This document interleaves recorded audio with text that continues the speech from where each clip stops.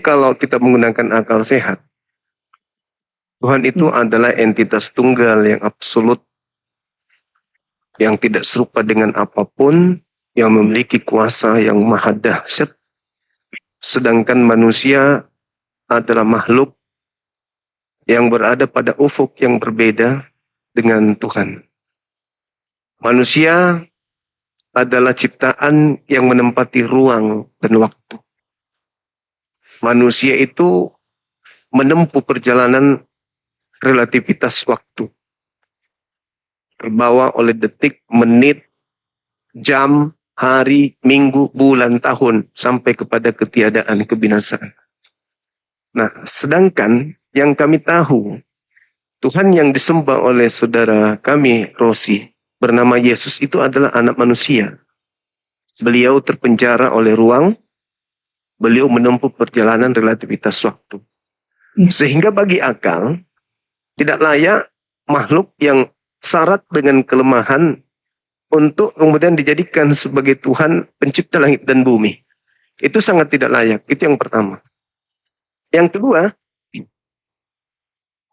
menurut Yesus dia bukan Tuhan. Yesus menurut akal sehat, Yesus bukan Tuhan. Yesus menurut Bible, Yesus bukan Tuhan.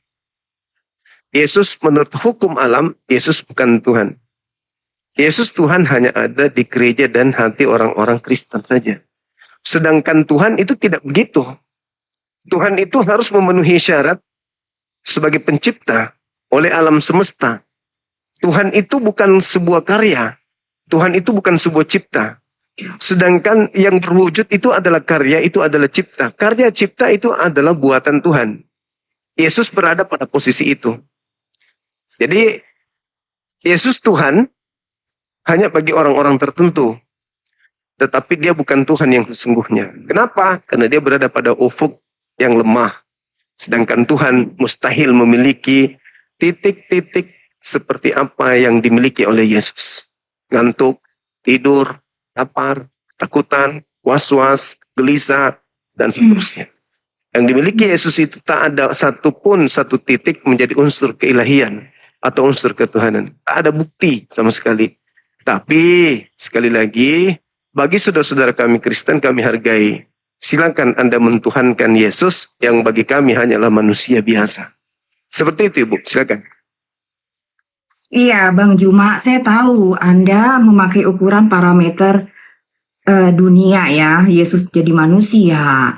Kenapa Bang? Sebenarnya ya saya kembali ya Bang, bahwa saya tegaskan kembali apa yang kita alami di dunia ini dari kejadian sampai wahyu. Kan dikatakan Tuhan berkata, aku akan mengadakan permusuhan. Permusuhan ini antara iblis dan Tuhan. Di mana ya kalau Tuhan mau dengan kekuatan ilahinya atau katakanlah Power Ranger-nya, iblis bisa dimusnahkan 1 detik itu jadi kornet Bang. Tetapi ya, iblis ini kan sebenarnya jabatannya imam besar agung Bang. Ini kalau menurut versi Alkitab kita ya. Jadi dia ya, tentu dia ini kan katanya pendakwa manusia siang dan malam. Di Wahyu 12 ayat 19. Jadi dia juga mendakwa Tuhan, menghakimi Tuhan. Dia mungkin gini, Tuhan kalau engkau menghancurkan saya dengan kekuatan ilahimu, ya saya gampang hancur lah. Tapi kalau engkau misalnya ya, jadi manusia, apakah misalnya ada yang percaya kepadamu? Apakah misalnya, maksudnya kalau engkau tidak menggunakan kekuatanmu, engkau bisa menaklukkan aku? Nah, pertanyaan-pertanyaan di belakang layar Bang, yang seperti ini, yang tidak dipahami. Makanya saya kenapa selalu bilang kita itu perlu mengerti seluk-beluk iblis. Karena kalau kita nggak mengerti ini Bang ya, dalam takaran yang diizinkan di ayat-ayat Alkitab, kita tuh akan bingung kenapa Yesus jadi manusia. Karena ini sebenarnya pertarungan antara Tuhan dan iblis gitu Bang. Sebenarnya begitu Bang. Yesus bilang di Kejadian 3 ayat 15, aku kan maksudnya keturunanmu dan aku akan mengadakan permusuhan ya antara Tuhan dan iblis, maksudnya Bang, bukan antara manusia dengan Tuhan, bukan. Manusia itu kan sebenarnya makhluk yang lemah. Jadi keturunan perempuan ini akan meremukkan kepalamu dan engkau akan meremukkan tumitnya. Itu maksudnya digenapi 4.000 tahun kemudian. Yesus digantung di kayu salib. Dia Dengan kematiannya bang, dengan ketidakberdayaannya, dia nggak memberikan perlawanan kepada iblis bang. Dengan kematiannya dia mengalahkan kuasa maut. Dia turun ke dunia orang mati, menjemput bapak-bapak leluhur, sesuai dengan Efesus 4 ayat 8 dengan 9. Dan dia bangkit dari kematian dan naik ke surga itu membawa tawanan-tawanan itu bang. Orang-orang yang ditawan iblis di dunia kuburan. Itu yang seperti dinyatakan di Alkitab. Begitu bang. Jadi memang yang penting bagi Yesus itu apa? Mengalahkan kuasa maut iblis. Sehingga kita yang sebenarnya sudah mati karena dosa, kita dihidupkan karena Yesus bangkit dari kematian. Itu yang Yesus janjikan kepada kita yang dipastikan hidup kekal itu, Bang Juma. Jadi kalau berusaha memahami kok Tuhan Yesus jadi manusia, kita nggak bakal paham kalau kita nggak mengerti pikiran-pikiran di belakang itu. Pikiran-pikiran di belakang layar itu, Bang Juma. Gak bakalan. Ini saya juga mendapatkan hal ini juga dengan perenungan yang lama, Bang. Ngapain sih Tuhan jadi manusia repot-repot? Udah matinya disalib, diludahin, ditampar, ditelanjangin. Semua, Bang, semua aib ya. Kalau saya pikirin dengan kepala saya, Tuhan masih dipermalukan segitu rupa, tapi dia terima semua gitu loh. Bukannya dia nggak bisa balas, Bang. Bukannya dia nggak bisa bunuh, bisa, Bang. Jadi kornet, detik itu juga 4.000 tahun yang lalu atau 6.000 tahun yang lalu, Bang. Ya, sejak di Taman Eden. Tetapi itu apa? Dia menunjukkan keadilan dan kasihnya bahkan terhadap musuhnya sendiri. Dan katanya kan gini di Roma 3 ayat 4. Semua orang adalah pembohong. Dan supaya setiap firman-Mu itu terbukti benar. Dan engkau menang jika engkau dihakimi. Siapa yang menghakimi Tuhan, Bang, kalau bukan musuhnya ini? Mantan Imam Besar Agung ini. Memang di agama, kalau yang lain-lain, Bang ya, itu tidak menggambarkan peperangan antara Tuhan dan iblis itu nggak seseru di Alkitab. Tapi di Alkitab itu Bang ya, di Hezkiel 28, Yesaya 14, itu seru banget. Dan itulah yang sebenarnya menjadi ya bentangan antara dunia fisik dengan dunia alam roh. Gitu loh Bang. Ini yang sebenarnya di kekristenan sendiri juga nggak jelas Bang. Sekali orang nggak ngerti. Ini saya mempelajarinya dengan maksudnya saya benar-benar memutuskan untuk belajar kepada Yesus. Dan benar-benar saya belajar tentang misteri iblis lah. Yang diizinkan di ayat-ayat Alkitab. Sehingga saya ngerti, oh kenapa Yesus jadi manusia. Untuk mengalahkan kuasa maut iblis dengan tidak menggunakan kekerasan Bang. Intinya begitu Bang. Untuk membebaskan kita dari alam kubur. Ya, Daud bilang di Mazmur 103 ayat 4 gini. Engkau yang melepaskan aku dari lubang kubur. Ya kita buka dulu Bang ayatnya biar saya kan nggak terbukti. Ya jadi memang kuasa maut ini Bang yang coba dikalahkan oleh Yesus dengan kehadirannya sebagai manusia. Dengan menjadi manusia. Nah iblis kan juga nantang Bang. Kalau kau jadi manusia Tuhan, apa bisa kau mengalahkan kuasaku, kuasa maut? Karena memang di Ibrani 2 ayat 14 dikatakan iblis yang berkuasa atas maut. Dan Galatia 3 ayat 22 dikatakan apa? Kitab suci mengurung segala sesuatu di bawah kekuasaan iblis. Itu artinya iblis berkuasa atas dimensi waktu, dimensi ruang, dan dimensi fisik Bang. Gitu ya pemahaman saya kenapa semua ini terjadi. Yesus jadi manusia seolah-olah lemah. Kok dia mau aja digituin? Power Ranger dong Tuhan kita. Yang paling penting kan mengalahkan kuasa maut. Memang ada penguasa dunia ini Bang. Misalnya Genghis Khan atau siapapun dengan kekuasaan yang besar. Atau Alexander the Great yang bisa mengalahkan maut. Mereka semua dikalahkan maut Bang. Hanya Yesus yang mengalahkan maut. Dia yang perkasa itu Bang. Sesuai dengan Yesaya 9 ayat 5. Tuhan yang perkasa, bukan perkasa Power Ranger gini Bang, ala malaikat. Itu mah gampang banget buat Tuhan. Tetapi ketika Tuhan menunjukkan dalam ketidak menggunakan kuasanya pun, ternyata dia menang melawan yang jahat. Dia menang melawan kuasa iblis. Dan ini kan pesan Tuhan Yesus, kalahkanlah kejahatan dengan kebaikan. Intinya gitu Bang. Makanya Yesus jadi manusia. Untuk menunjukkan mengalahkan yang jahat dengan yang baik Bang Juma. Lanjut. Oke, baik. Jadi apa yang menjadi pola keyakinan ibu sekarang ini itu adalah buah karya dari dari buah karya iblis. Kenapa saya katakan demikian? Karena ibu mencari bagaimana caranya supaya Yesus ini Tuhan. Aduh, Padahal, Bang Juma kok ininya framingnya keras banget Bang Juma.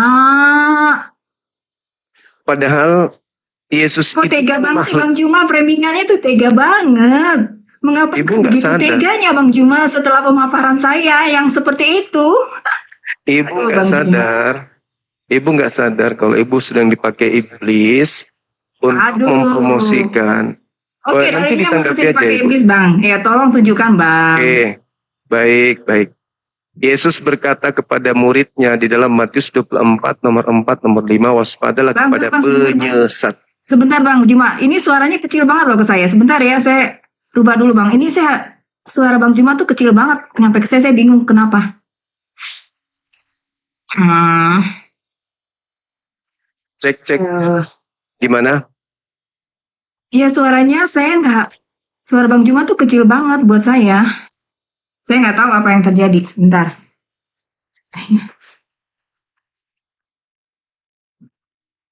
Kayaknya udah pol ya, tapi ya oke deh Bang. Oke, oke. Ya, Ya, oke Bang. Nah, ini jelas nih. Ya, oke. ya. Jadi Yesus sebelum Kristen muncul sudah memperingatkan murid-muridnya agar waspada kepada orang-orang Kristen yang akan datang memakai namanya. Oke, Bang Juma. Ya. Itu saya udah dengar waktu 3 hari yang lalu ya, kalau nggak salah. Hari yang ya, lalu. Aduh, Bang memakai- Juma. Don't the same reason. Don't. Memakai nama Yesus. Another topic, Bang Juma. Change to another topic, please. Memakai nama Yesus untuk menyesatkan banyak orang. Penyesatan tertinggi, terbesar yang dilakukan oleh manusia di bumi ini adalah ketika ingin menggantikan Tuhan dengan makhluk. Nah, inilah yang terjadi. Jadi yang muncul dari Kristen itu adalah perpanjangan tangan iblis untuk menggantikan Tuhan langit dan bumi dengan makhluk asing yang mereka sembah bernama Yesus ini. Ini real terjadi. Andai saja saudara kita Kristen ini zaman dengan Nabi Musa, maka Kristen ini tidak akan tersisa, mati semua dihabisi oleh Nabi Musa alaihissalam. Dalam ulangan. Karena another genocide dong Bang ya. Another genocide. Karena ulangan 13, di situ Tuhan memerintahkan melakukan agar Nabi Musa melakukan pembunuhan terhadap orang-orang yang melakukan kerusakan di atas muka bumi. Siapa mereka yang membuat kerusakan di atas muka bumi? Adalah mereka yang mengajak dan mengajarkan orang lain menyembah selain daripada Tuhan yang disembah oleh para nabi. Orang-orang Kristen mengajak orang lain menyembah kepada makhluk asing yang memakai nama Yesus biar numpang tenar, agar supaya orang-orang bisa terperdaya, bisa jatuh cinta dengan ajaran yang mengatasnamakan Yesus ini. Tuhan itu sudah ada. Pencipta langit dan bumi itu sudah ada. Tiba-tiba saja sekelompok manusia di bumi ini menjadikan Yesus yang adalah makhluk Tuhan, ciptaan Tuhan, manusia, utusan Tuhan, menjadi Tuhan untuk mengkudeta Tuhan yang sesungguhnya. Itu fakta, itu real. Sedangkan Yesus ketika datang di tengah-tengah kaumnya Bani Israel, terekam masih di dalam kitabnya saudara kami Kristen, Yesus mengatakan hidup kekal itu adalah mereka mengenal Engkau, satu-satunya Tuhan. Tidak boleh ada dua, tidak boleh ada nebeng. Yesus manusia ini tidak boleh nebeng, menjadi Tuhan juga di sana. Tetapi, kata Yesus, ada penyesat yang akan datang memakai namanya untuk menyesatkan banyak orang. Inilah yang ibu lakukan sekarang. Makanya orang-orang Yahudi itu tidak percaya kepada Kristen, karena Kristen ini dianggap sebagai sekte, bidat, yang mengajarkan menyembah kepada makhluk selain daripada Tuhan yang mereka sembah. Nah, Yesus juga berpesan agar waspada kepada penyesat yang datang memakai namanya dan akan menyesatkan banyak orang. Adalah mustahil Yesus itu Tuhan. Anak Maria, manusia lemah, tidak bisa berbuat apa-apa dari dirinya sendiri. Berkata-kata saja bukan dari dirinya, apalagi bermujizat. Tetapi dia adalah Tuhan yang luar biasa bagi orang-orang yang sudah terjerat oleh si penyesat. Dia mengajarkan Yesus Tuhan, Yesus Tuhan, Yesus Tuhan. Begitu juga si korban ini akan menyebar kemana-mana mencari mangsa yang lain untuk mengajak mereka yang orang lain ini masuk ke dalam lingkaran itu untuk bersama-sama ke neraka. Kenapa dia harus ke neraka? Ya karena menyembah selain Tuhan. Apa buktinya? Yesus bukan Tuhan, dia manusia. Titik. Tidak ada bukti Yesus Tuhan. Kecuali iman yang ibu katakan tadi di belakang sana ada cerita-cerita di belakang sana. Ya itu ya keyakinan, kepercayaan. Tapi tidak ada bukti. Yesus sendiri tidak ada bukti pada dirinya menurut Yesus kalau dia Tuhan. Kalau utusan Tuhan, ya, betul. Silakan Ibu. Iya, tadi kan Bang Juma mengacu pada Ulangan 13 ya Bang Juma ya. Kalau boleh jujur kan Bang Juma, jadi kalau Anda menganggap YHWH itu Tuhan, dan ini ayat dari YHWH Bang, yang di framing ya, menurut saya di framing kepada Yesus, dia tahu Yesus itu akan datang sebagai manusia, sesuai dengan Kejadian 3 ayat 15. Yesus sudah terang-terangan dari awal bilang Bang, bahwa dia akan datang sebagai manusia, sebagai keturunan perempuan, yang kita kemudian tahu bernama Maria. Abang tahu nggak Kejadian 6 itu kenapa Bang? Kejadian 6 ketika katanya anak-anak manusia, anak-anak Tuhan, melihat anak-anak manusia itu cantik-cantik dan mereka memilih anak-anak manusia itu sebagai istri. Kalau ya Kejadian 6 itu kan lalu lahirlah raksasa-raksasa, orang-orang yang gagah perkasa, orang-orang kenamaan, misalnya Hercules kayak gitu ya, atau Poseidon yang kisah-kisah zaman dulu. Nah, anak-anak maksudnya anak-anak Tuhan ini atau para malaikat jatuh ini, Bang, ya. Mereka akan menampilkan kekuasaan kepada penduduk bumi saat itu. Dan mereka, kan Tuhan udah bilang di Kejadian 3:15, aku akan datang sebagai manusia dari keturunan perempuan. Ya, tanpa benih laki-laki. Nah, mereka apa Bang? Si malaikat ini, para malaikat iblis ini kerjanya. Perempuan semua digauli. Di Kejadian 6 itu kan perempuan itu semua digauli Bang. Makanya lahirlah raksasa-raksasa, manusia-manusia kenamaan di zaman purbakala. Ya, saya baca dia di maksudnya di literatur bangsa-bangsa kuno, semua merekam kejadian ini, Bang. Air bah, terus soal-soal para makhluk-makhluk asing ini, Bang, yang kita sebut malaikat jatuh ya. Para malaikat jatuh, emang mereka tuh memberontak kepada sorga. Mereka meneruskan pemberontakannya di sorga. Nah, yang Kejadian 6 ini diserang, Bang. Jadi Kejadian 6 adalah serangan terhadap Kejadian 3 ayat 15. Mereka nggak mau Yesus lahir dari keturunan perempuan, makanya semua perempuan di zaman itu dikerjain Bang Juma. Ini orang Kristen juga nggak ngerti Bang. Kebanyakan orang Kristen pikirnya Tuhan itu apa Bang? Oh, Tuhan itu hanya ini aja, menjatuhkan hukuman kepada manusia berdosa di zaman Nuh. Tidak, itu perbuatan dari para malaikat jatuh. Jadinya mereka menyerang anak-anak perempuan manusia sehingga lahirlah makhluk-makhluk raksasa atau monster. Mereka ini pemakan daging dan peminum darah. Sehingga manusia pada zaman itu dikatakan apa Bang? Hampir musnah. Bumi penuh dengan kekerasan. Kejadian 6 ayat 5 ayat 11 itu menggambarkan bumi itu penuh dengan kekerasan dan manusia hampir musnah. Air bah itu untuk menyelamatkan manusia dari serangan iblis dan para raksasa ini. Mereka dipenjara Bang. Di Wahyu 19 ayat 4 dikatakan empat malaikat di penjara ya, karena yaitu perbuatan mereka ini yang melanggar ya istilahnya ya, melanggar dari ketetapan Tuhan. Dan banyak juga yang di bawah-bawah air Bang, di sungai itu Bang. Seperti itu. Oke, baik. Kita sapa dulu Saudara Mikael, semangat siang, Rabbinik siang dari Kristen Abang. Saya Dari Kristen. sebagian Kristen, sebagian Rabbinik Bang. Maksudnya, kalau Saudara Mikael ini Kristen. Halo Saudara Mikael. Iya, halo. Kristen Abang. Iya, saya Kristen, Bang. Oke, Rabbinik boleh buka kamera.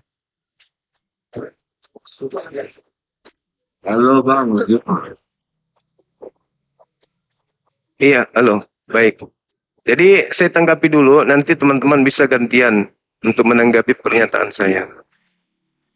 Jadi sekali lagi, tema saya ini pingin bukti kalau Yesus itu Tuhan. Pingin bukti, bukan cuma iman, ya, bukan cuma keyakinan, kepercayaan. Ingin bukti karena Tuhan itu kudu ada bukti jadi Tuhan. Tuhan itu bukan makhluk. Tuhan itu tidak memiliki kelemahan. Nah, sedangkan Yesus syarat dengan kelemahan-kelemahan. Nah, kita ingin pembuktian. Karena yang tahu tentang Yesus adalah Yesus. Contoh, di dalam Yohanes 5 nomor 31. Yesus sendiri berkata begini, kalau aku bersaksi tentang diriku, maka kesaksianku itu tidaklah benar. Yesus nih yang mengatakan, kalau aku bersaksi tentang diriku sendiri, maka kesaksianku itu tidaklah benar. Jadi kalau teman-teman ini hanya berlandaskan kepercayaan, keyakinan, yang penting yakin, yang penting percaya, yang penting imani. Ya, itu levelnya sangat rendah. Karena Yesus aja bersaksi tentang dirinya sendiri, dia berucap tentang dirinya sendiri saja, kata Yesus, itu dikatakan tidak benar. Harus ada yang menjadi validasi dari Bapa yang mengutusnya. Nah, sedangkan teman-teman saya menjadikan Yesus itu Tuhan tanpa validasi Yesus, apalagi Bapa yang mengutusnya. Jadi ini hanya semata-mata imani saja.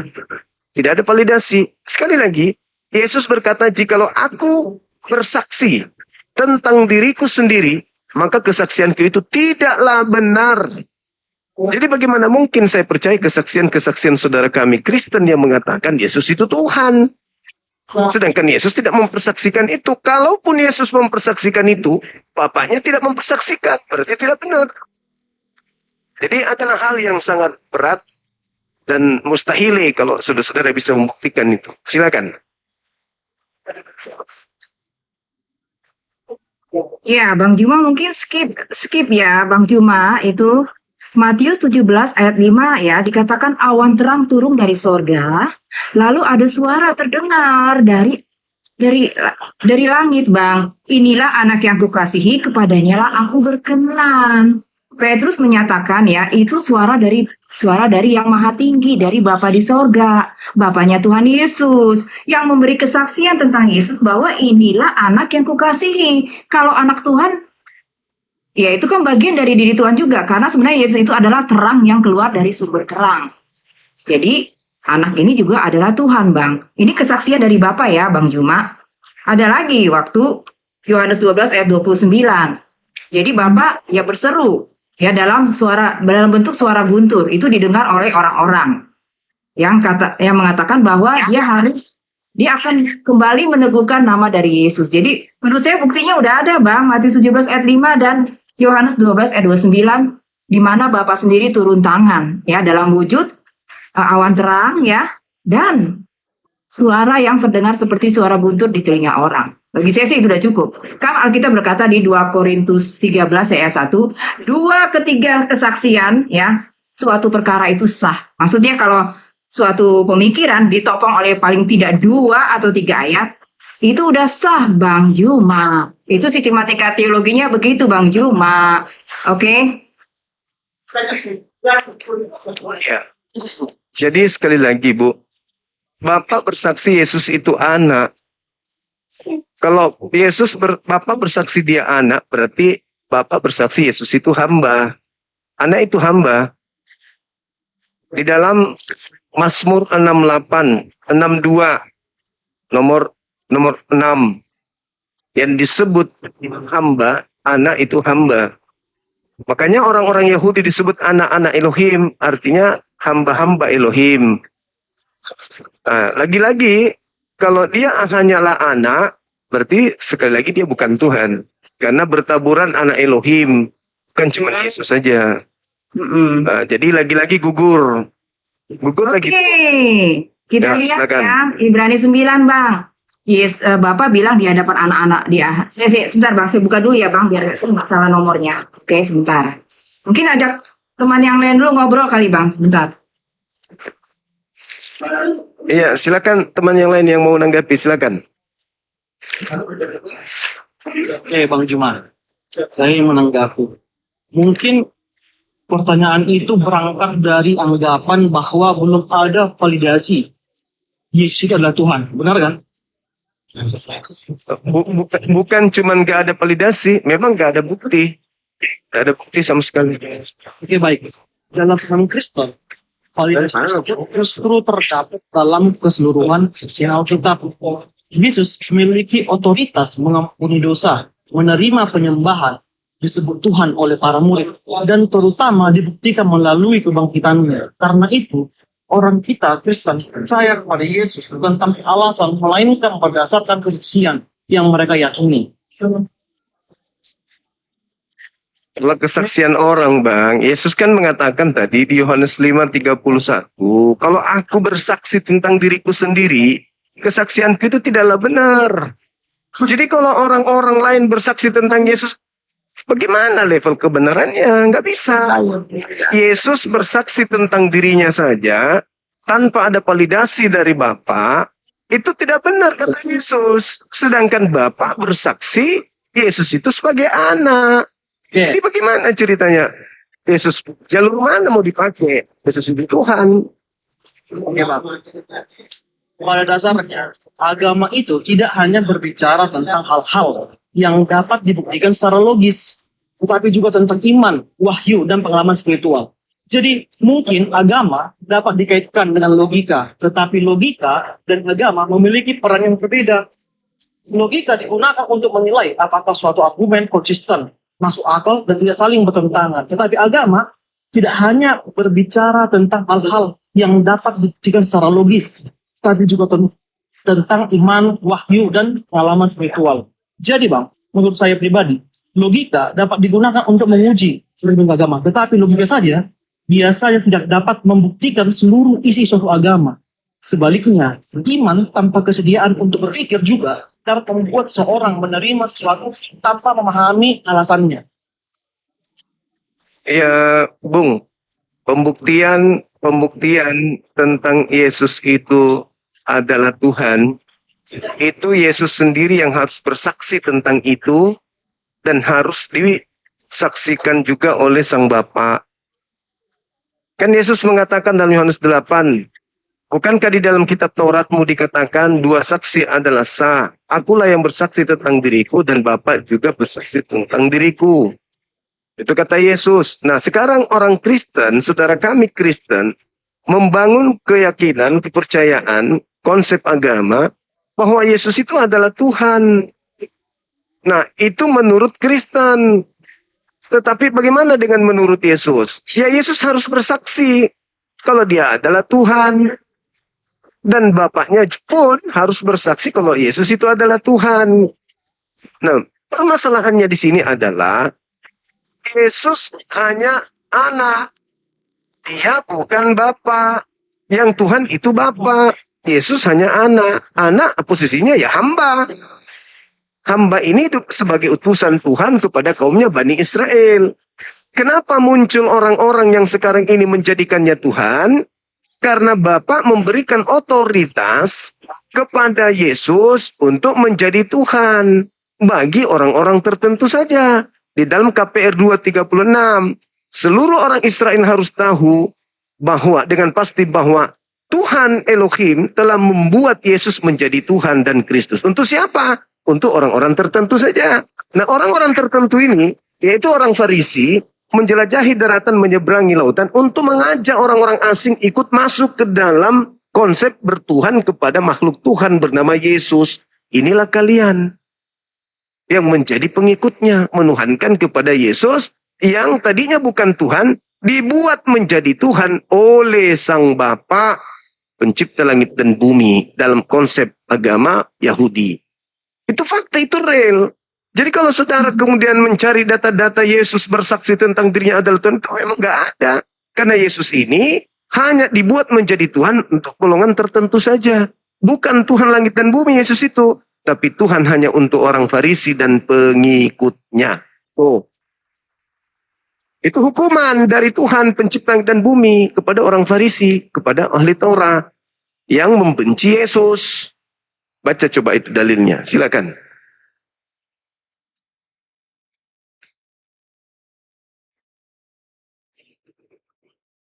Oh, tadi Bang Jima ngomong ke saya. Abang ini, silakan. Ya, halo Bang Juma. Kembali yang bilang Iya. tadi, bahasanya itulah kepercayaan kami kan begitu. Dan pada dasarnya, kalau menurut kami, bahwasanya Yesus itu adalah Tuhan kami. Tuhan itu adalah Allah kami sendiri. Jadi mau bagaimanapun akal sehat dari pihak Bang Juma mengatakan bahwasanya itu bukan Tuhan, ya kami tidak bisa menerima itu begitu. Jadi saya menganggapnya tujuan forum ini sebenarnya apa kan begitu? Apakah untuk benar-benar mencari kebenaran atau membangun pahaman? Atau apakah forum ini memberikan ruang yang adil bagi pihak kami yang Kristen untuk menjelaskan keyakinan kami secara utuh? Jadi ketika kami menjelaskan mengenai keyakinan kami, tetapi mungkin dari pihak orang Bang Juma, mungkin contoh nih para penonton ini saling menyerang. Jadi apa ya? Kami berhak, kami mempunyai kebebasan kami untuk menurut agama kami. Tapi ketika ajaran kami yang mungkin agak melenceng menurut kalian, ya itu tidak ada urusan berat sama kalian, begitu loh. Iya Bang, saya paham, saya ngerti. Cuman kan agama Anda ini tidak seperti agama Hindu, agama Buddha, agama yang tidak memiliki misi. Agama Anda kan punya misi, jadikanlah seluruh bangsa menjadi Sebentar ya, Bang, Kristen. sebentar dulu ya, Bang Juma, sebentar. Iya, makasih Bu. Iya kan? Jadikanlah seluruh bangsa menjadi Kristen. Nah kami orang Islam ini mana mau jadi Kristen? Kami harus diajak juga menyembah kepada Tuhan yang dilantik dari Tuhannya orang Yahudi. Ya kami nggak mau lah. Kami maunya bertuhan kepada Tuhan yang ori. Bukan Tuhan-Tuhanan. Sedangkan kalian datang, jadikanlah seluruh bangsa menjadi Kristen. Yang kalian ajak kita menjadi Kristen untuk menyembah kepada Tuhan yang dilantik oleh Tuhan yang senior. Bagaimana mungkin mau kami? Oleh karena itu kita perdebatkan, kita perdiskusikan, kita minta pertanggungjawaban, validasi. Terkait sadar nggak orang Kristen ini kalau mereka sudah terjerat oleh jeratan Farisi. Bahwa orang Farisi dihukum oleh Tuhannya Yahudi dengan karena dia menolak Yesus, sehingga Tuhannya Yahudi menjadikan Yesus orang yang dikasihi ini menjadi Tuhan bagi mereka orang-orang jahat. Nah orang jahat di kalangan ahli Torah, ahli kitab, Bani Israel, itu keluar dari Yerusalem mencari mangsa, mencari korban, mencari pengikut, mencari sesama. Terjaringlah kalian orang-orang yang bermimpi punya Tuhan yang memiliki kasih begitu sempurna, mati di atas tiang salib untuk kemudian nebus dosa kalian. Itu adalah modal utama untuk menjerat. Karena semua manusia ingin dosanya dihapuskan. Semua manusia ingin berdosa, tetapi semua manusia tidak ingin dosa itu berimbas kepadanya. Mereka ingin melakukan dosa, tapi ada yang menanggung. Maka solusi yang diberikan oleh iblis adalah masuk ke dalam agama yang mereka bawa, supaya orang-orang bisa merasa tenang hidup. Bermaksiat tapi masuk surga. Tidak menjalankan perintah Tuhan tapi masuk surga. Tidak menyembah Tuhan tapi masuk surga. Nah itulah yang dijual oleh iblis. Sehingga kalian terjerat masuk ke dalam menyembah kepada Tuhan yang dilantik. Yesus itu Tuhan memang dilantik oleh Tuhannya Yahudi. Dalilnya di mana? KPR 2:36, Roma 14 nomor 9. Untuk itulah Yesus mati agar ia dibangkitkan oleh Tuhan untuk menjadi Tuhan. Jadi bukan kita usil, tidak. Tapi agama kalian adalah agama siar. Jadikanlah seluruh bangsa menjadi Kristen. Ya kami nggak mau. Apa alasannya kami nggak mau? Kami masih waras. Sebagaimana orang Yahudi tidak mau jadi Kristen, lebih-lebih kami. Orang Yahudi aja nggak mau Kristen, apalagi kami umat Islam. Kenapa orang Yahudi tidak mau jadi Kristen? Karena di Kristen Tuhannya itu adalah Tuhan yang dilantik. Tuhan yang dibuat oleh Tuhannya mereka. Sedangkan yang tertipu di sana adalah kelompok asing yang tidak tahu menahu tentang kejadian tersebut. Tiba-tiba saja datang, mau menjadikan kami Kristen. Tunggu dulu. Kamu mengajak kita menyembah siapa? Oh, menyembah kepada Yesus. Oh, sorry. Yesus itu hanyalah Tuhan bagi orang Farisi. Dibuat oleh Tuhannya Yahudi sebagai hukuman kepada mereka.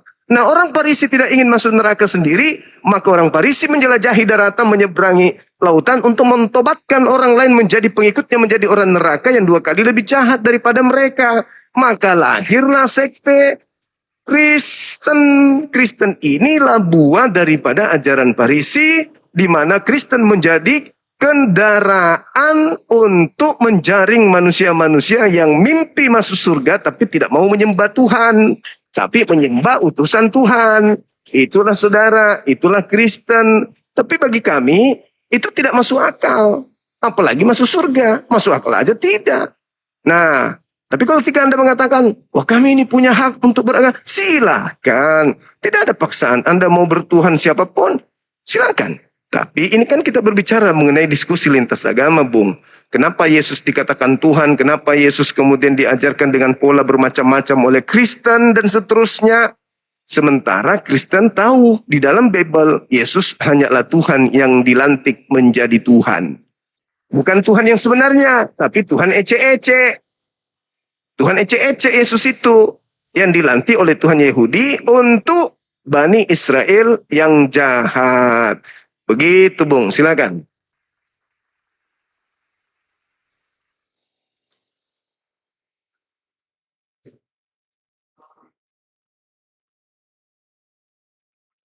Buka mic-nya. Ya. Ya, tetap dari apa yang mau bilang itu saya hargai. Itu mungkin dari perspektif orang abang ya saya hargai. Tapi bagi saya ini tetap bahwasanya Tuhan itu, Yesus itu adalah Tuhan. Tuhan adalah Allah. Iya, silakan. Itu iman saudara, silakan. Tidak ada yang larang itu, Bang. Nah, tetapi dari live abang ini saya lihat dari kemarin itu menggiring bahwasanya gini loh, kalau emang enggak saya untuk diskusi, ini silakan berdiskusi. Tetapi ketika kami memberikan tanggapan, jangan kamu bilang bahwasanya kami salah. Kan begitu. Nah itu, Anda bilang ini diskusi lintas agama. Dan kami beranggapan bahwasanya ini dulu santai. Kami memberikan mengenai pandangan kami. Tetapi ketika kami memberikan pandangan, abang mencelah di situ. Bahwasanya apa yang kami diskusikan, apa yang kami berikan statement itu bahwasanya semua salah. Kan begitu. Bukan. Saya malah mengatakan bahwa Yesus itu memang Tuhan untuk sekelompok manusia termasuk Kristen. Tetapi sebagai saudara, wajar saya ingatkan bahwa Yesus itu Tuhan hanya untuk orang jahat. Yesus bangkit dari kubur sebagai tanda untuk orang jahat. Dalilnya Matius 12:38-40. Anak manusia akan keluar dari kubur sebagai tanda kepada orang-orang jahat. Jadi siapakah di antara agama Islam dan Kristen yang setiap tahun memperingati kebangkitan anak manusia dari kubur? Ya Kristen. Berarti tanda itu diberikan kepada Kristen. Sederhana bukan? Itu kan pelajaran, itu yang harus dihargai itu. Tapi kalau dikatakan Anda harus menjadi Islam, nggak boleh. Saya tidak punya hak, nggak boleh. Cukup saya menyampaikan bahwa pola yang Anda bangun, agama Anda benar, Anda masuk surga. Nggak salah kan sebagai saudara saya mengingatkan, kalian hanya bermimpi. Yesus tidak pernah menjanjikan orang masuk surga bagi mereka yang menyembah dirinya, itu nggak ada. Justru Yesus menjanjikan surga bagi orang yang percaya dan mengenal dirinya sebagai rasul. Bukan sebagai Tuhan. Di mana dalilnya? Yohanes 17:3. Hidup kekal itu adalah mereka mengenal aku Yesus sebagai yang diutus. Yang diutus berarti rasul. Kalau mau hidup kekal, kenal Yesus sebagai rasul. Jangan kenal Yesus sebagai Tuhan. Itu kata Yesus, bukan kata saya. Tapi lagi-lagi ada kekuatan di luar itu yang harus mentuhankan Yesus. Siapa? Kalian harus mentuhankan Yesus. Perintah siapa? Maaf, iblis. Bukan perintah Elohim, bukan perintah Bapa. Tuhankanlah anakku, nggak ada. Bapa mengatakan begitu besar kasih karunia Tuhan akan dunia ini sehingga ia menganugerahkan anaknya yang tunggal yaitu Yesus katanya. Siapa yang percaya Yesus tidak binasa, melainkan memperoleh hidup yang kekal. Yesus mengatakan apa pada dirinya? Kesaksiannya apa? Dia Tuhan atau dia utusan Tuhan? Kesaksiannya dia adalah utusan Tuhan. Ia percaya kalau mau hidup kekal. Jangan tidak percaya dengan mengikuti pola yang dimana Tuhan mengatakan bahwa dia melantik Yesus sebagai Tuhan. Dimana Yesus mengatakan orang Farisi celaka karena menyeberangi lautan, mentobatkan orang menjadi orang neraka. Kok malah lebih percaya itu? Kenapa nggak percaya Yesus? Bahwa Yesus mengatakan hidup kekal itu adalah mengenal aku sebagai utusan Tuhan. Titik. Nah, kenapa harus mengikuti kekuatan gelap yang harus menuhankan Yesus sementara Tuhan sudah ada langit dan bumi? Tuhan yang datang kepada Abraham adalah Tuhan langit dan bumi. Yang datang kepada Musa adalah Tuhan langit dan bumi. Yang datang kepada Daud, Salomo, Tuhan langit dan bumi. Yesus mau Tuhan di mana lagi? Sementara sudah ada Tuhannya di langit, sudah ada Tuhannya di bumi. Yesus mau Tuhan di mana? Di laut. Ya, bukankah laut itu bagian dari bumi?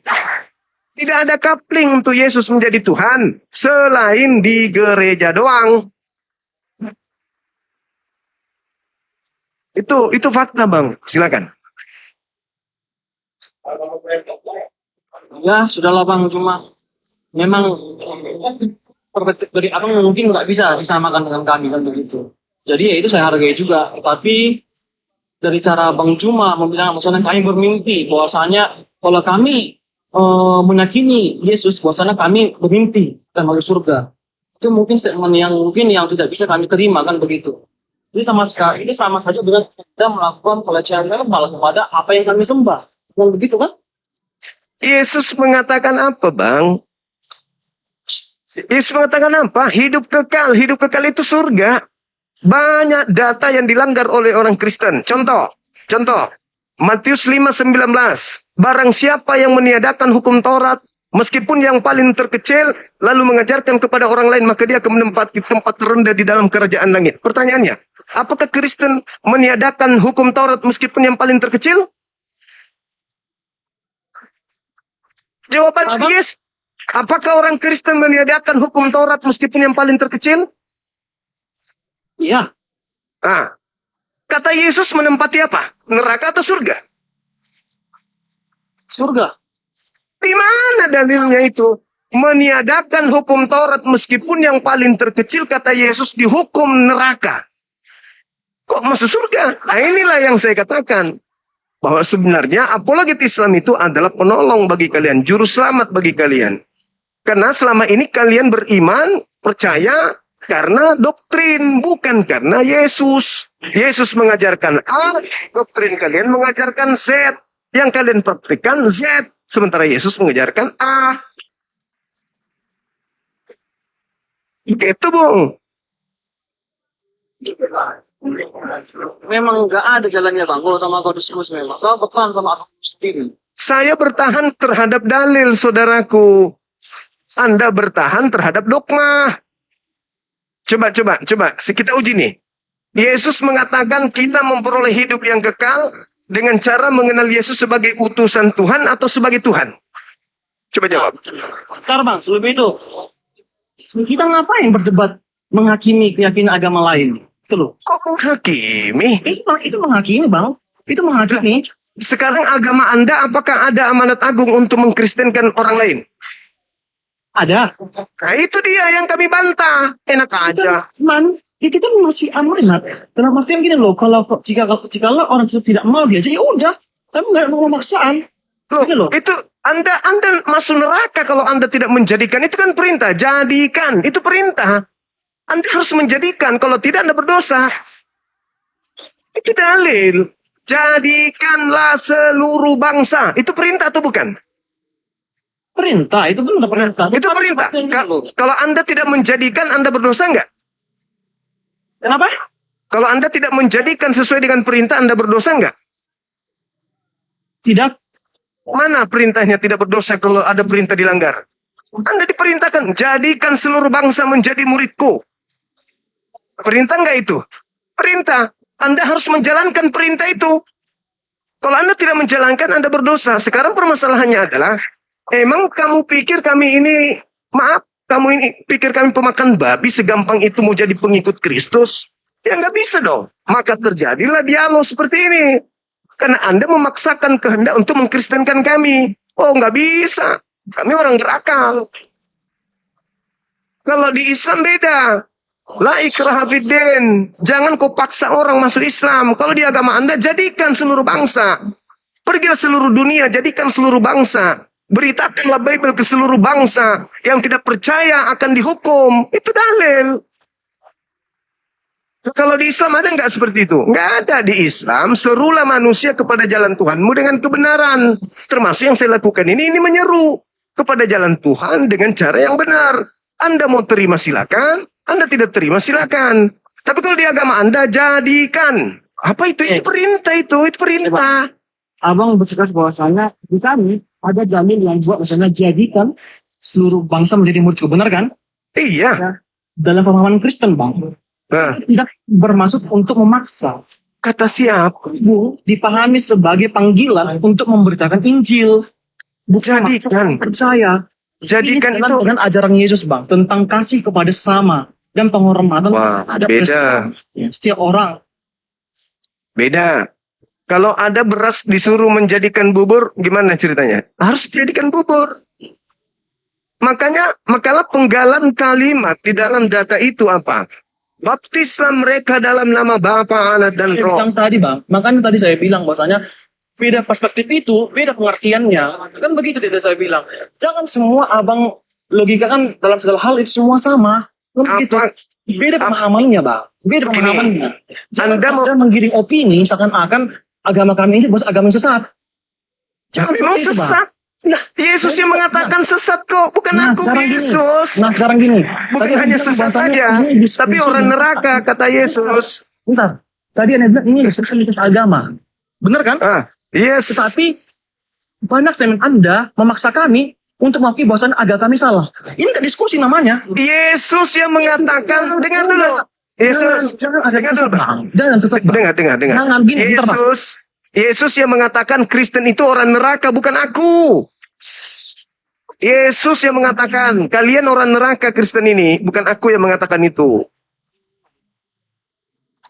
Saya hanya menyadarkan, saya hanya memberi peringatan doang.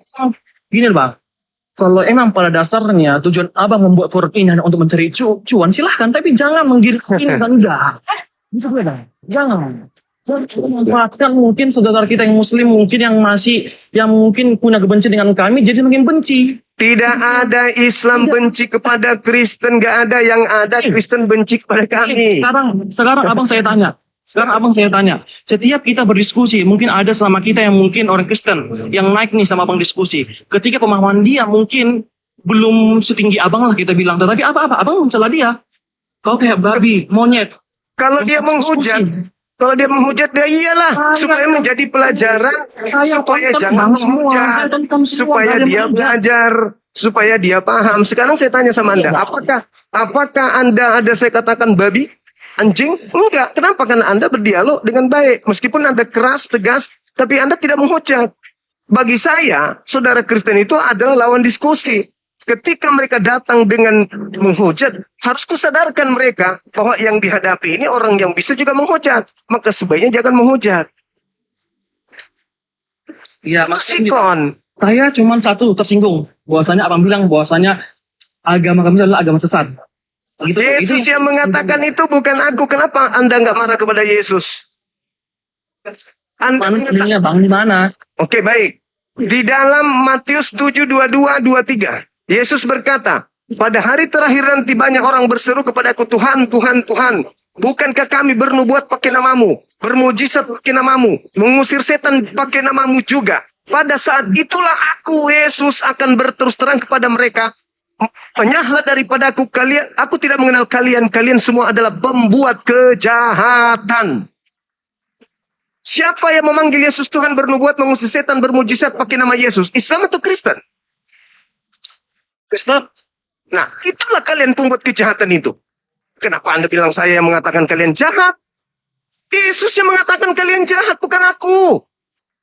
Ini loh bang, memang ada dalam ajaran mungkin yang ngasih kontradiksi. Tapi mungkin di kehidupan nyata kita di live ini bang, memang ada agama seperti, memang ada kami seperti itu semua orang, pihak orang abang kan tidak ada. Maksudnya apa? Kan kita berbicara, Yesus mengatakan kalian adalah pembuat kejahatan. Kristen ini pembuat kejahatan. Yang namanya kejahatan di atas muka bumi ini harus diberantas. Karena mereka adalah pembuat kerusakan di atas muka bumi. Dengan cara apa kita berantas? Mari kita dialog. Mari kita uji kelayakan. Ada meja akademisi. Kita uji materi yang ada. Kalau Anda tidak suka, Anda tinggal belajar. Ketika Anda punya ilmu, tantang ilmu itu. Jangan Anda kemudian menyek-menyek, termehek-mehek, merasa tersakiti.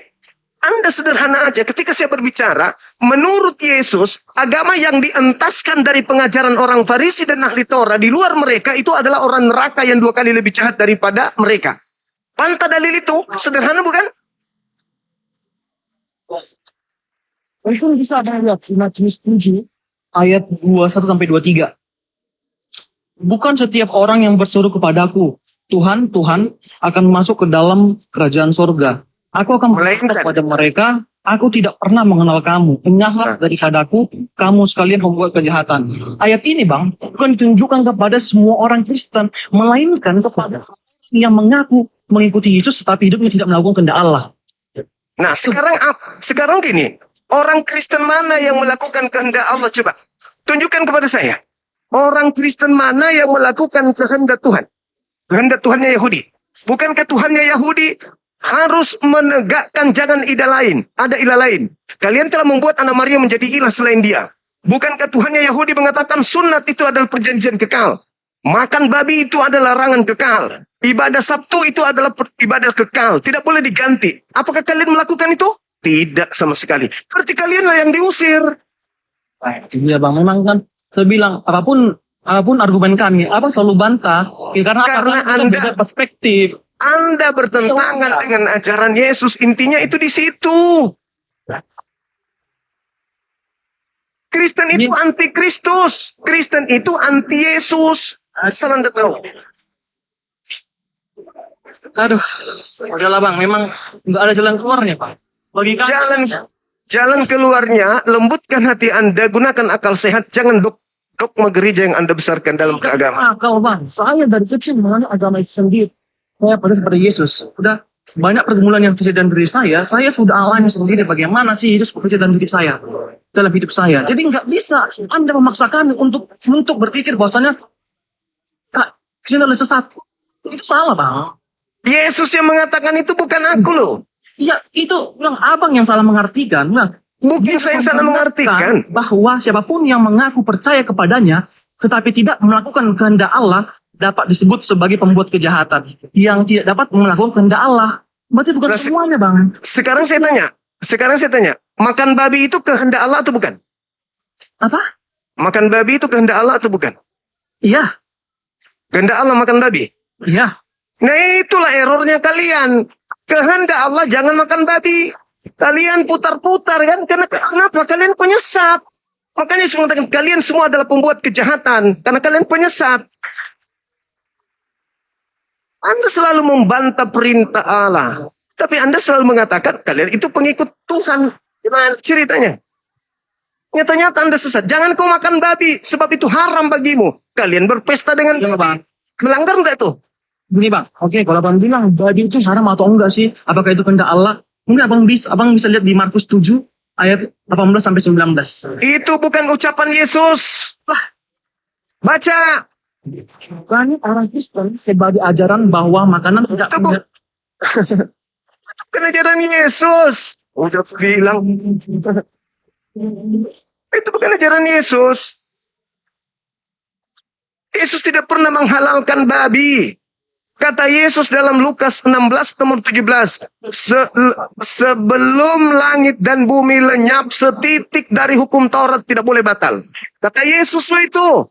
Lebih mudah langit, bumi lenyap daripada setitik dari hukum Taurat itu dibatalkan. Emang langit bumi sudah lenyap? Kan belum.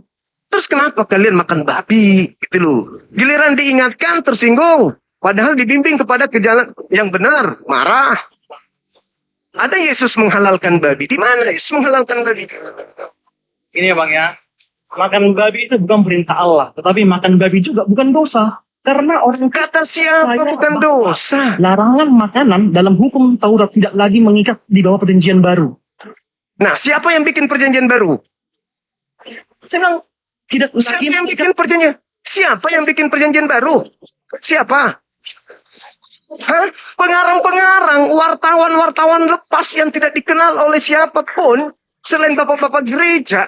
Anda pakai keterangan mereka untuk membatalkan hukum Tuhan. Inilah kalian disebut penyesat oleh Yesus. Emang Yesus mengenal perjanjian baru? Emang Yesus pernah baca buku Lukas? Emang Yesus pernah mengenal 13 buku Paulus itu? Enggak pernah. Makanya disebut 2 kali lebih jahat dan kalian orang neraka. Kenapa? Kalian mengarang hukum sendiri menggantikan hukum Tuhan. Ada Tuhan mengajarkan kalian ke gereja? Ada. Ada Tuhan mengajarkan ke gereja? Ada. Tertulis di mana itu? Ada Tuhan mengajarkan kalian sembahyang hari Minggu? Ada. Siapa yang ngajarin itu?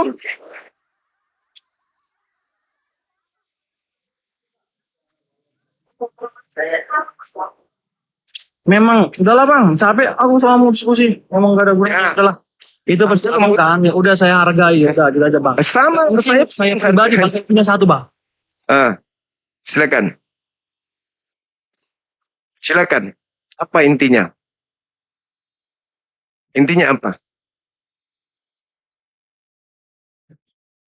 Intinya satu adalah Anda menemukan diri Anda membantah semua ajaran Yesus. Titik.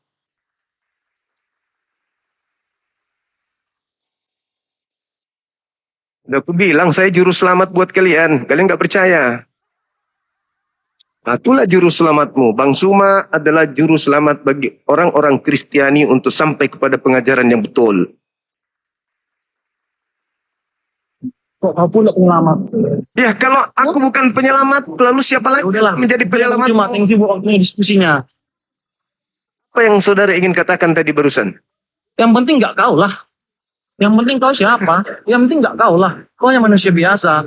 Yang apa? Ia memanfaatkan keadaan untuk mencari cuanmu sendiri, kepentinganmu sendiri. Udah itu aja. Jangan Terserah. menggunakan akal sehatmu sendiri untuk membuktikan bahwasanya agama orang lain salah. Saya hanya menitipkan Udah, pesan Pak. buat saudara. Saudaraku yang baik. Saya Anda- cuma menitipkan pesan Tidak, ini. ayo. Pelajari Kalau apa, Bibelmu pesan dengan silahkan. baik. Ikuti instruksi-instruksi Yesus. Jangan ikuti instruksi yang lain. Itu aja. Itu pesan saya. Oke lah. Siap lah Ya. kau. Cuma siap lah. Oke. Amin. Makasih Bang. Yuk.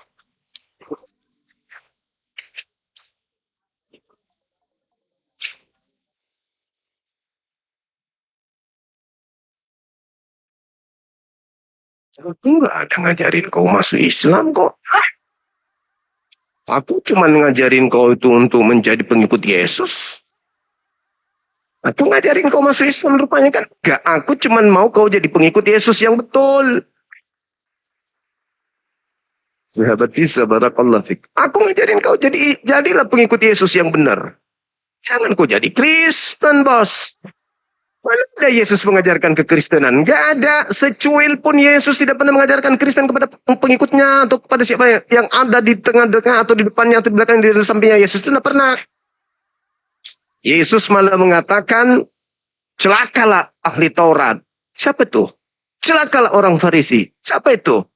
Engkau menyeberangi lautan, menjelajahi daratan, mentobatkan orang menjadi pengikutmu. Setelah jadi pengikutmu, kau jadikan dia menjadi orang apa? Orang neraka yang 2 kali lebih jahat. Itu siapa? Alamak. Jangan jadi Islam. Islam itu berat. Minimal Anda duduk merenung, baca Bible dengan baik-baik. Buka hati, buka pikiran. Jangan doktrin, jangan dogma. Duduk baik-baik, baca Bible. Katanya percaya kepada Yesus. Kalau percaya kepada Yesus, dudukkan Yesus sebagai oknum yang Anda percayai 100%. Titik. Titiknya sebesar pelabuhan Soekarno-Hatta. Apa? Bandar Soekarno-Hatta. Nah. Masulan sangkala. Iya. Sangkala itu tadi habis ikat sapi di ini. Teman-teman API, izin naik dulu, saya mau ibadah sebentar. Naik dulu. Bang Adi Ferry naik dulu, Bang. Bang Adi Ferry ada di bawah. Teman-teman silakan API naik dulu, aku ibadah dulu sebentar. Boleh kan? Gantikan aku dulu sebentar aja. Aku mau asar.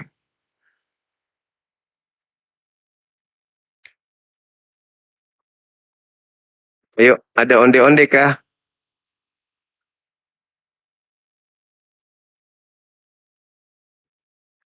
Hendrik Yono, sini dulu.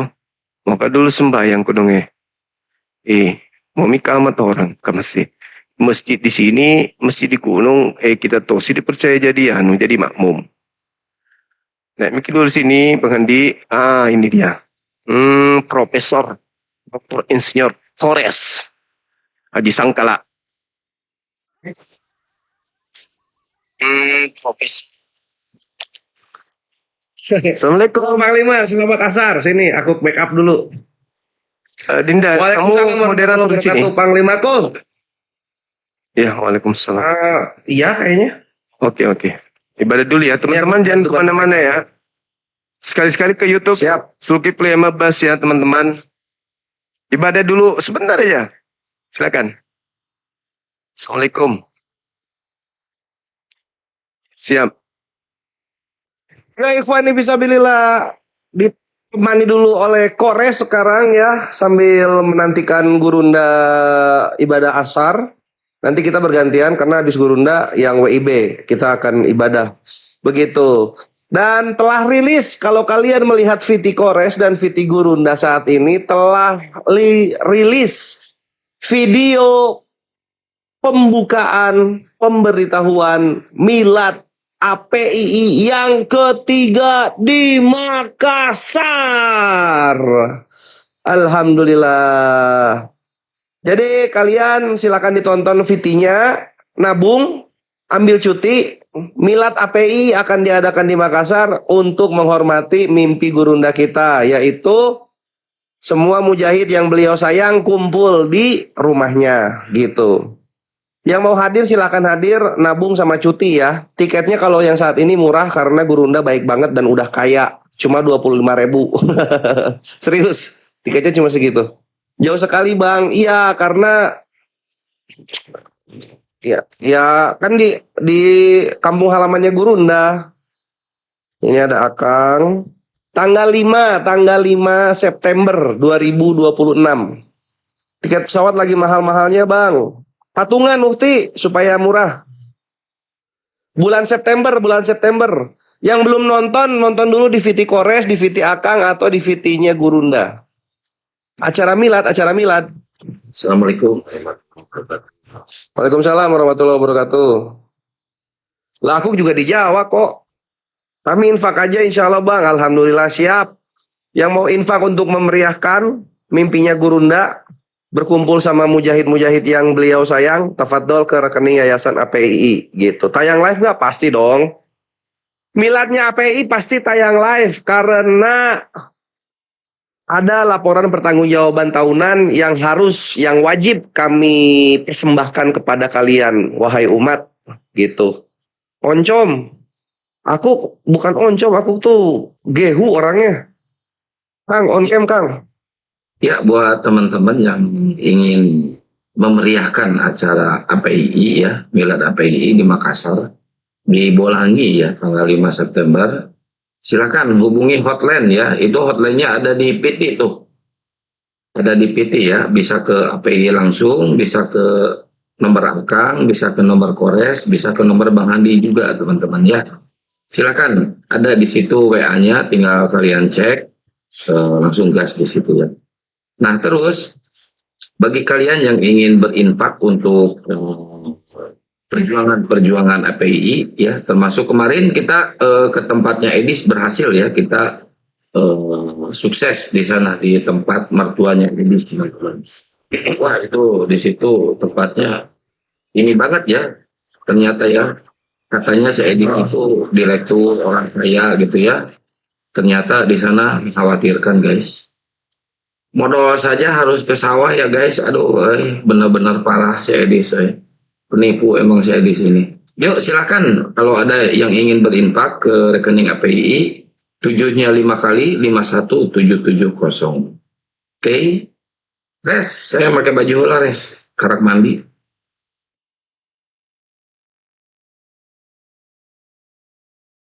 Aduh, si Kores jauh dari perangkat. Ayo teman-teman ya yang ingin memeriahkan Milad API yang ketiga ini mah keren banget ya pokoknya. Lihat PT-nya di Akang, di Bangkores sama di Gurunda ya PT-nya itu. Nanti di API pusat juga ada.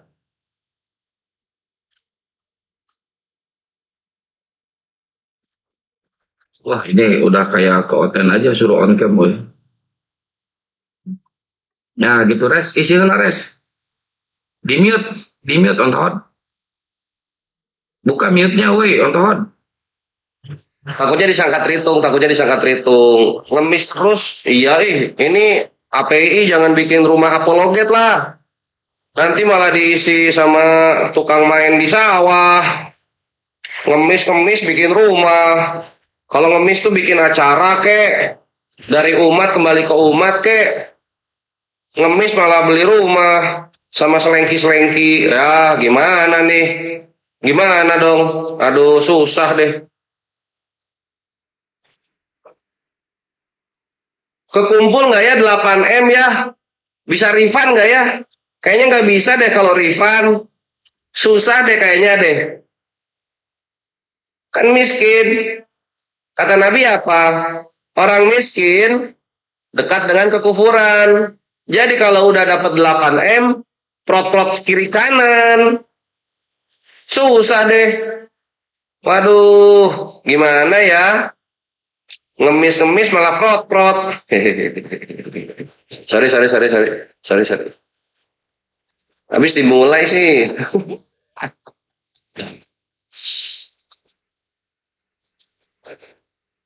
Jadi gitu ikhwannya telah liris. Ini kalau diputar di sini Kalau diputar kena konten berulang nggak ya?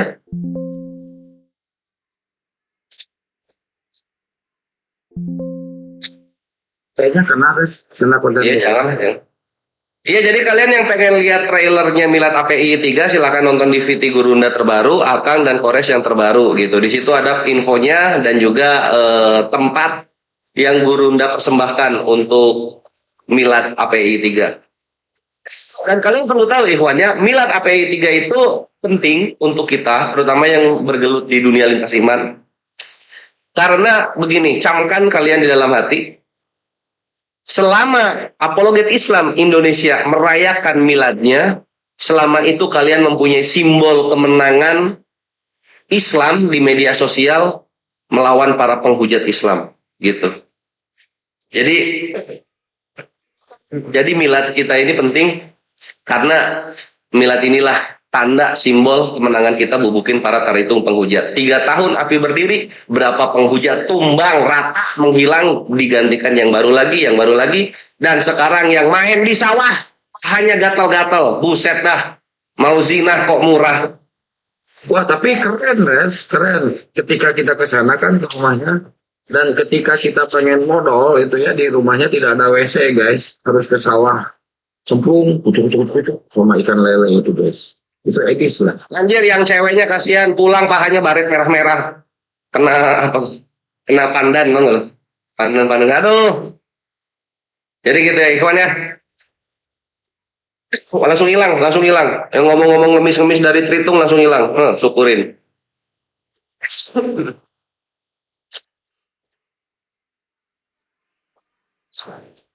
Silakan Bang Kores atau Gurunda klik profilnya, di situ ada pipinya di situ. Cuma yang tadi saya edit, yang udah saya upload karena apa? Kena copyright. Aduh. Harus saya edit. Ya kan kocaknya apa namanya? TikToknya monetnya kayak YouTube dia.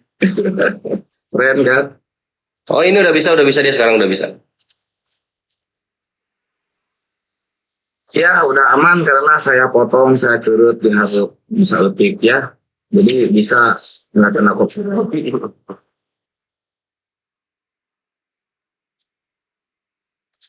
Gimana Bang Kores debat online-nya? Debat online gimana? Apa maksudnya? Bang Kores ada yang tanya kepanjangan dari API, tolong jelasin. API adalah singkatan dari Apologet Islam Indonesia. Apologet itu adalah orang-orang yang berkutat menjawabi dan membantah semua fitnah dan syubhat dari orang-orang yang menyerang imannya. Jadi apologet ini pagan Yunani punya yang diklaim milik salah satu agama, lalu kemudian Islam menetralisir hal tersebut gitu. Itu arti dari apologet Islam Indonesia.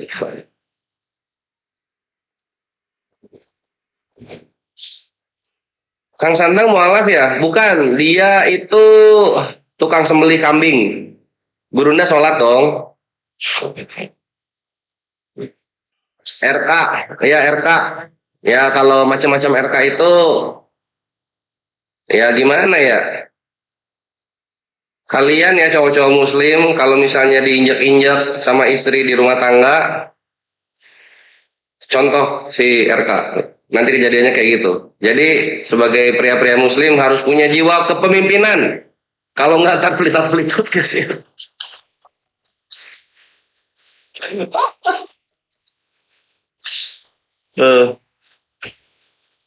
Lagi hilang ya. Apologet tidak bertentangan dengan undang-undang negara. Yoix. Saya nggak sudi diselingkuhi. Siapa yang sudi lah? Cewek cowok nggak ada yang sudi diselingkuhi. Kupas tuntas RK by Bang Kores dong, serius mau denger gitu. Kalau gua nggak ngejatuhin RK-nya loh kalau gua. Sambil ngisi waktu ya. sambil ngisi waktu. Jadi gini, ikhwan ya. Dalam Islam, laki-laki itu adalah pemimpin rumah tangga. Bukan uang istri, uang suami, enggak. Kalau dalam Islam itu dosa suami, dosa istri, dosa suami, ya gitu. Nah, jadi supaya kalian tidak kebakar api neraka karena perkara rumah tangga, jadilah pemimpin yang bijaksana gitu. Karena kalau kalian gak bijaksana dalam rumah tangga, wahai pria-pria muslim, sudah Allah contohkan. Lihat rumah tangganya terhitung mana. Diinjek-injek di dalam rumah tangganya, mau nasehatin bonyok sama bininya, akhirnya dia nyari pelampiasan di luar. Digep juga sama bininya, jadi malu 2 kali. Gitu kan. Jadi jangan gitu, harus tegas, harus pinter. Tapi Ya kan ngelek tuh. Tapi mereka harus seperti itu. Ya. Saya setuju ya mereka atau si RK ini melakukan perselingkuhan di luar karena emang ada hukumnya, ada aturannya harus melakukan seperti itu. Ya, itu. Kalian sebagai cowok itu harus tahu kapan kalian membiarkan istri kalian berbicara, kapan kalian harus tegas menyetop istri kalian berbicara. Yang istri juga harus tahu. Istri yang soleha itu ya, dia menjaga nadanya ketika berbicara kepada sang pemimpin rumah tangga gitu. Nah ini terhitung tuh gak punya yang seperti ini Ikhwan. Sehingga terjadilah yang terjadi gitu kan. Naik pesawat jauh-jauh, pacaran di kafe yang sepi gitu.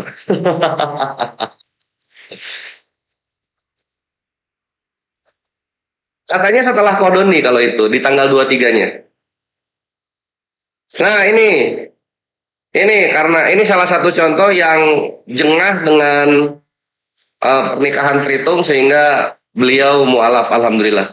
Ukhti Nora, assalamualaikum warahmatullahi wabarakatuh. Anda Yonat, assalamualaikum warahmatullahi wabarakatuh. Kalau nggak ada yang open cam saya kick satu persatu ya kalau nggak open cam. Nggak boleh kayak gitu dong. Saya lagi apa nih? Nggak boleh kayak gitu dong. Cium batu hitam Tuhan lu dibongkar sama Yahudi. Ketika diusir gurunya, dia berdiriin batu bata, lalu dia cipok-cipok itu batu bata disembah sebagai berhala. Si Encus nyembah batu. Gitu Famos. Kang, lu berani kayak gitu, gua blokir lu. John, apa? Ajar, Bos. John. Ajar dia. John. Sinor merajuk perkawinan terhitung. Ya, tagihan. Di telepon gak diangkat, di WhatsApp gak dibales. Wah, ini lagi berantem nih. Bang Nanda. Tunggu dulu, kalau istri ngalah terus gimana Bang Kore? Suami soleh kah? Ya gini, enaknya Islam itu, ikhwan ya. Contoh misalnya terzolimi dalam salah satu kejadian. Lu melawan halal, lu bersabar, pahalanya berlimpah-limpah. Jadi dua-duanya boleh gitu. Jadi misalnya ngalah terus, enggak, sekarang mau menang, boleh. Tapi misalnya mau ngalah terus, terus-terusan aja lah ngalah. Karena pahalanya ngalir, boleh gitu. Diatur-atur aja lah, karena kalian yang menjalani rumah tangga, kalian pasti tahu temponya begitu. Waduh, gua macam udah nikah 70 tahun aja. Wah enak jadi laki-laki ya, enak di dunia, nggak kerasa. Lo nanti di akhirat, bini lu begini kok lu diem.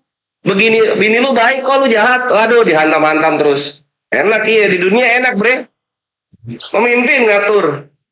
Entar ditanya tentang jawaban pas ngatur, Rajang lu. pergi lu. Kamu lawan Edis keok kamu maksa. Rajang. Kenapa di YouTube gua mukanya Edis bonyok semua dari zaman dialog WhatsApp, Zoom, StreamYard, TikTok hancur terus dia. Kenapa bisa begitu? Edis itu di mata Kores itu hanyalah sampah daur ulang, jadi tidak terlalu perlu gitu. Kalau suami nggak ngerti istri selalu memberitahu, ya itu suaminya beruntung dapat istri yang pengertian dan juga pahalanya ngalir. Nah, itulah apa?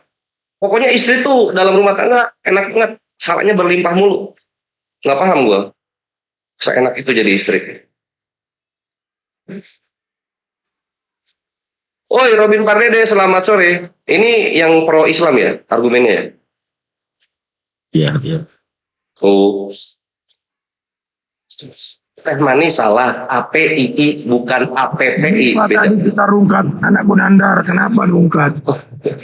Benar, Kena rungkat, Pak Robin, mohon maaf. Biasa lah, oten. Ya. Ya, kita lagi asik tadi rungkat. Iya, saya cariin lagi Pak Robinnya nggak ada. Iya, saya cari-cari album di Harapun. Tapi istri nggak pernah dihargai oleh suami, gimana bang?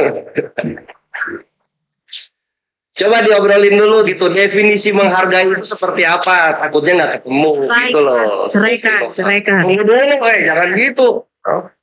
Ditanya dulu, nanti suaminya pas ditanya, misalnya di apa namanya di konsul terpisah gitu, suaminya ngomong saya sudah menghargai istri saya dengan memuji masakannya, memberinya baju baru, menaikkan nafkahnya. Gitu.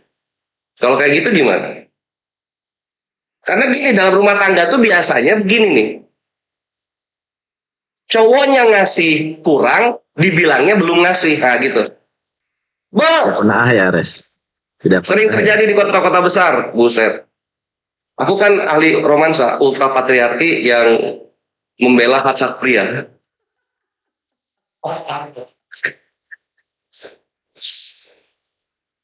Bener banget. Waduh, emang beautiful Kores tuh.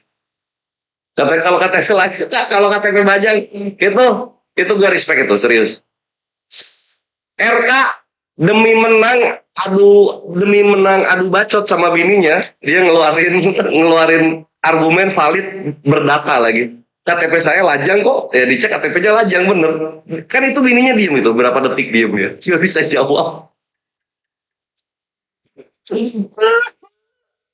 Kita lucu. Ya udahlah. Ya udahlah kalau lu mau hancur kita hancur aja berdua lah gitu dia. Bahas tema aja bang. Oke, ini tapi Robin ini pro Islam dia. Mana bukti ketuhanan Yesus? Ya silahkan Kanda Yonat. Apa bukti ketuhanan Yesus?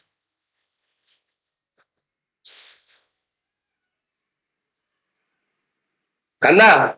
R2 nomor 36. KPR 2 nomor 36. Aku lagi balas chatnya benar. Udah ini sudah nulis. KPR 236. Ya.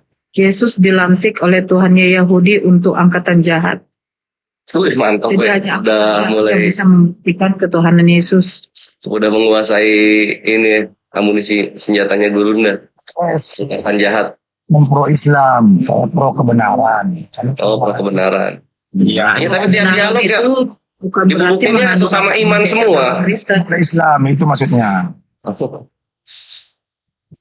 Jadi kalau misalnya harus tahu dengan baik bahwa Allah telah membuat Yesus yang kamu salibkan itu menjadi Tuhan dan Kristus. Oh, ini bukti ketuhanannya ya. Oh, valid ya. Jadi waktu disalib baru jadi Tuhan gitu maksudnya. Iya, diangkat menjadi Tuhan untuk angkatan jahat. Bedanya I see. dengan Musa. Oh, Musa oke. dijadikan Allah untuk Firaun. Kalau Allah kan Firaun Theos, kan angkatan Tuhan kan Kyrios ini. Iya, betul. Musa diangkat menjadi Tuhan untuk Firaun. Firaun kan angkatan jahat juga. Firaun angkatan jahat ya. Oke. Ya. Ini ada yang masuk lagi, Ustadz Paul. Selamat sore. Suruh open cam dia. Ini kok. Saya juga bang. Ya, nggak bisa gede ya. Secara gede.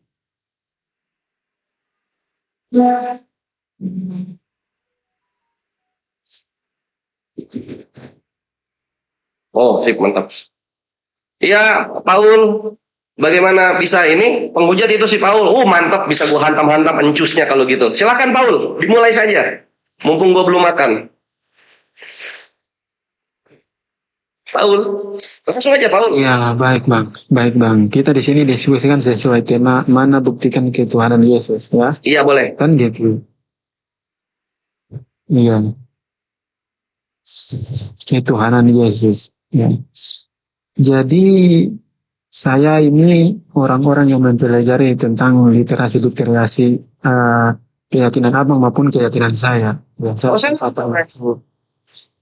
saya tahu apa itu Tuhan dan apa itu kita menyembah apa itu Allah ya itu. Jadi kita mau bahas ketuhanan Yesus ya. Gitu. Nah, jadi pertanyaannya ya, buktikan ketuhanan Yesus ya. Di dalam Alkitab menyatakan sendiri bahwa Malaikat sendiri mengatakan bahwa Yesus itu Tuhan. Hari ini telah lahir bagimu Yesus Kristus Juru Selamat di kota Daud ya. Bahkan bukan itu saja ya. Tetapi kalau kita berbicara tentang makna atau tentang bagaimana kita bisa membuktikan Yesus Tuhan atau sesembahan itu di mana ya, kita udah tahu bahwa memang orang Kristen itu menyembah. Dan bukan orang Kristen menyembah saja, tapi memang dia itu memang Tuhan itu. Karena kenapa Tuhan? Ya. Jadi karena bukti memang- ketuhanannya Yesus itu dilahirkan. Itu bukti Tuhannya dia, dilahirkan. Gitu. Ya, bukti Tuhannya maksud dilahirkan gimana? Coba ulangin Bang, coba. Tadi katanya ini malaikat saja sudah mengatakan telah lahir anak Daud, Tuhan, Kristus, begitu-begitu. Jadi buktinya tuh Tuhannya dilahirkan gitu. Ya iya, memang Yesus itu Tuhan. Lahir sebagai manusia. Manusia itu kita menganggap dia Tuhan. Gimana sih? Apa kamu Lukas 2:11 itu maksudnya kan? Oke. Berarti manusia tidak bisa dianggap Tuhan. Coba. Menurut dirimu Bukan. Ini kan bukti ketuhanan, bukan bukti kemanusiaan. Jadi Iya, bukti makanya ketuhanannya kan Yesus itu dilahirkan gitu maksudnya. Iya, kan Yesus kan lahir sebagai manusia. Loh, hari ini telah lahir bagimu juru selamat Kristus Tuhan, bukan manusia. Tuhan di kota Daud. Iya, Itu iya, buktinya. iya, Tuhannya tapi- dilahirkan Tuhannya. Oke, iya. Oke, saya paham maksudnya. Oke, tetapi kan Yesus lahir sebagai manusia. Benar nggak? Gimana tertulis ya kamu ini gimana kamu katanya mempelajari kitab kamu dan kitab kami. Iya. Ini kok Oke, baik. di Lukas 2:11 hari ini telah lahir bagimu juru selamat yaitu Kristus Tuhan di kota Daud, bukan manusia di kota Daud, Tuhan di kota Daud. Kenapa kamu putar-putar jadi manusia? Oke, baik. Ya, berarti menurut dirimu Yesus lahir sebagai apa? Coba. Sebagai Tuhan di situ tertulisnya. Oke, berarti sebagai Tuhan bukan sebagai manusia. Tuhan di situ. Terus kita mau diskusikan bagaimana Bang kalau Abang menolak fakta Yesus lahir sebagai manusia?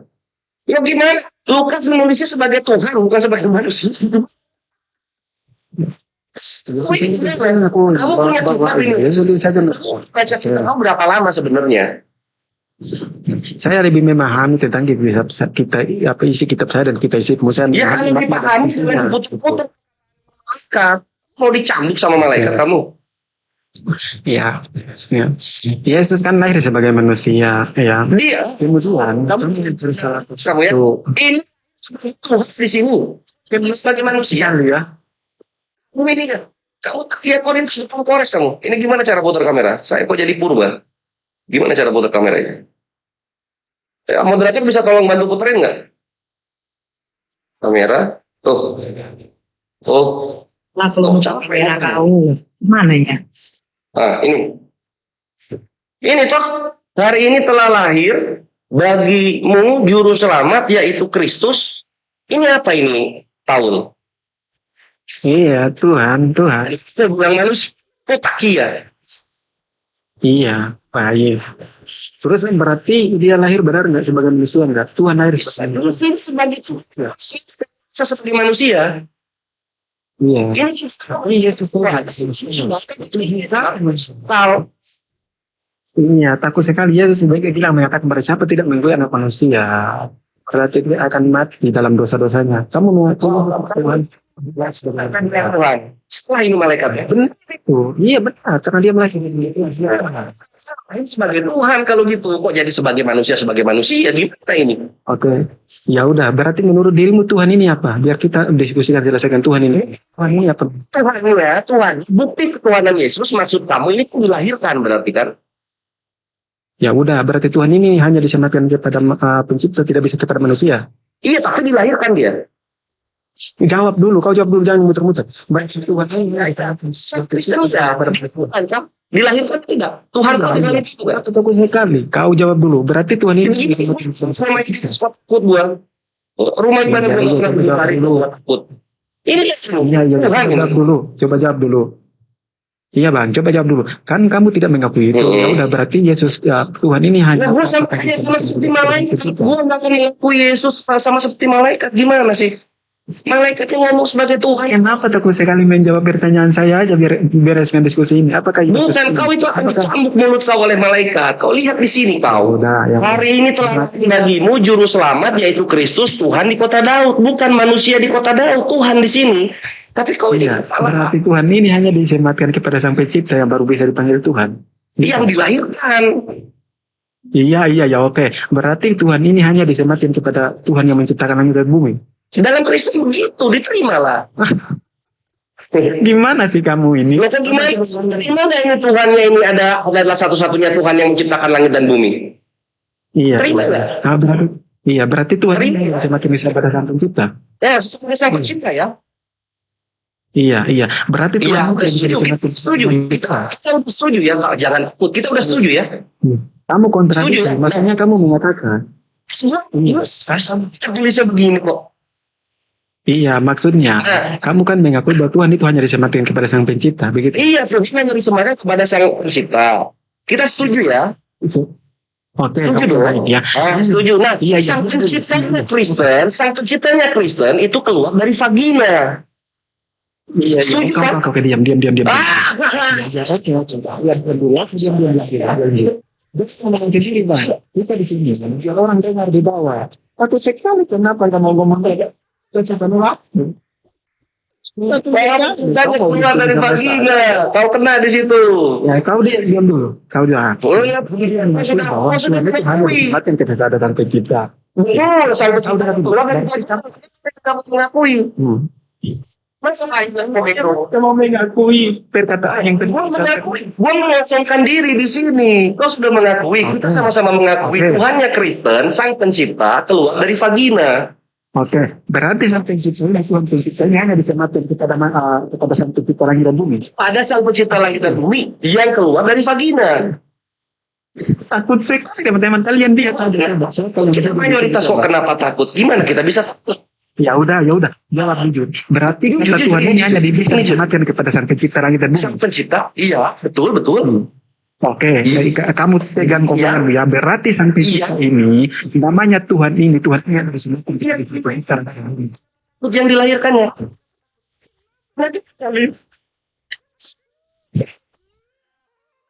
Solusi dengan saya coba.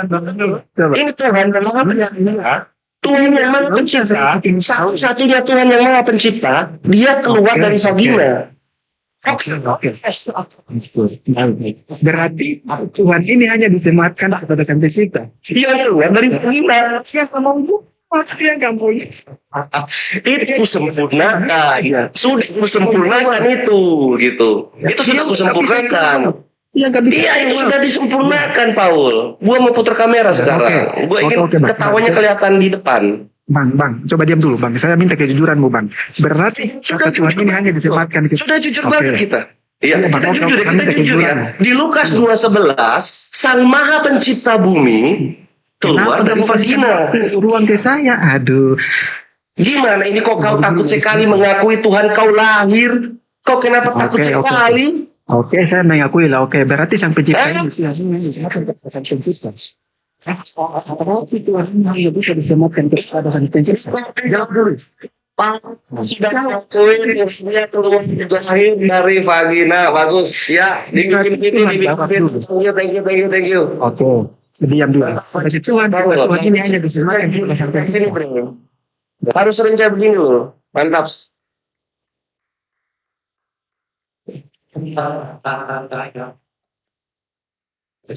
Ya, bukti Tuhan. Susah mengiyakan terhitung. Gampang gue mengiyakan terhitung. Tapi ujung-ujungnya lu yang jeblok. Bukti Kores, bukti ketuhanan itu, bukti ketuhanan di Kristen itu adalah keluar dari itu. Oke ya. Lanjut. Lahir kan? Lahir ya. Berikutnya. Lahir kan? Lahir keluar dari lutut beda. Pecah lutut kalau gitu. Kecuali sesar ya, kecuali sesar. Iya gitu. Makanya Paul jangan keseringan menghujat. Ketemu Kores habis iman lu, Bre. Habis iman. Begitu. Next, ada siapa lagi di sini? Doli. Halo Doli Sitang. Halo Doli. Gak apa-apa, si Kores baik kok. Oh, dia baik. Enggak, si Koresnya yang baik. Enggak, Dolinya penghujat atau bukan? Dia kayaknya warga yang baik. Oh ya, Warga betul gitu. Santai, mode santai, mode Dulu santai. ya. Res, benar Nora. Bagian sadar. Karena chat karena Chat Oppo. itu apa aja butuhnya. Aku sudah grup WhatsApp tapi belum ada respon. Nanti aja deh. Perlu kasihan ya. Jadi Kayaknya ada grup, kayaknya itu kompleknya Kanda bikin grup baru yang nggak ada kandanya kayaknya. Iya, iya. Ya, Anda Iya. Assalamualaikum warahmatullahi wabarakatuh. Waalaikumsalam warahmatullahi wabarakatuh. salah. Aduh sakit hati mati si Paul. Anjir. Biasanya saya yang menghujat Islam. Kenapa sekarang kok saya yang bonyok gitu? Kok gak diajarin ya di rumah saya? Kalau Tuhan saya begitu. Gitu. Nggak Ya. habis ini ya. Bela terus. Berikutnya ada siapa ini? Silakan perkenalkan diri. Ada flag hitam, flag. Flag. Ya, flag. Ada Derry Umbu. Halo Derry. Nih, jangan dulu menghujat. Loh kok menghujat? Saya kan bawakan yang tertulis loh. Iya. Kalau Jangan dulu menghujat. Bang, Saya mau tanya sini, apakah Allah itu beragama? Allah gak beragama, Allah Tuhan. Sebentar. Saya mau tanya. Andi, Udah tidak Andi, jawab. sabar dulu, flag sebentar. Oke. Derry, Ah, sabar dulu. Derry agama apa? Derry, saya Kristen. Derry Kristen. Andi agama apa? Kalau di mute saya turunkan. Andi agama apa? Oke, lanjut. Derry dengan flag, silakan. Oke, saya mau tanya ke Yahos ya. Itu Allah beragama atau tidak? Tidak. Oke, kita kunci jawabannya. Coba baca surat Al-Baqarah 154. Bacalah. Dan janganlah kamu berkata, orang-orang yang gugur dalam membela agama Allah, mereka sudah mati. Ah, itu kan kuncinya situ, agama Allah. Mana Itu beragama? Allah beragama. Mana beragama itu? Nah, Hah? itu agama Allah, membela agama Beragama. Allah. Katanya beragama. Itu kok agama doang? Beragamanya mana? Beragama Allah, Mana? Oh berarti orang agama Terus Allah, kalau kayak gitu, beragamanya mana? membela agama Allah. Ah, layang-layang di permukaan aja lu kayak rockstus. Mana beragamanya mana? Dulu Mana beragamanya tulisannya? Coba. Al-Baqarah berapa? membela Ini yang agama. gue bikin rokardus malu gue Yang saya bikin. tanya. Rokardus malu gue bikin di sini. Gue malah ngetik rokardus. Allah itu beragama karena dia membela agama Jadi Allah. beragama tertulis agama kenapa beragama? Iya, agama Allah. Lu Dia gimana? beragama. Rokardus lu buta huruf ya? Itu membela Buta agama huruf. Allah. Loh, terus kenapa dibilang beragama? Mana tulisan beragama? Bilang beragama. Membela agama Allah. Rokardusnya Rokardusnya gimana? Nah ini coba Al-Baqarah coba Al-Baqarah berapa coba Al-Baqarah 154. Al-Baqarah 154 ya. Agama ya, Allah agama. Coba kita lihat rokardusnya nih yang memimpin mereka beragama. Coba kita lihat. Ini kan Kita hantam langsung Tuhannya kawan-kawan. Allah. Iya, coba kita lihat dulu.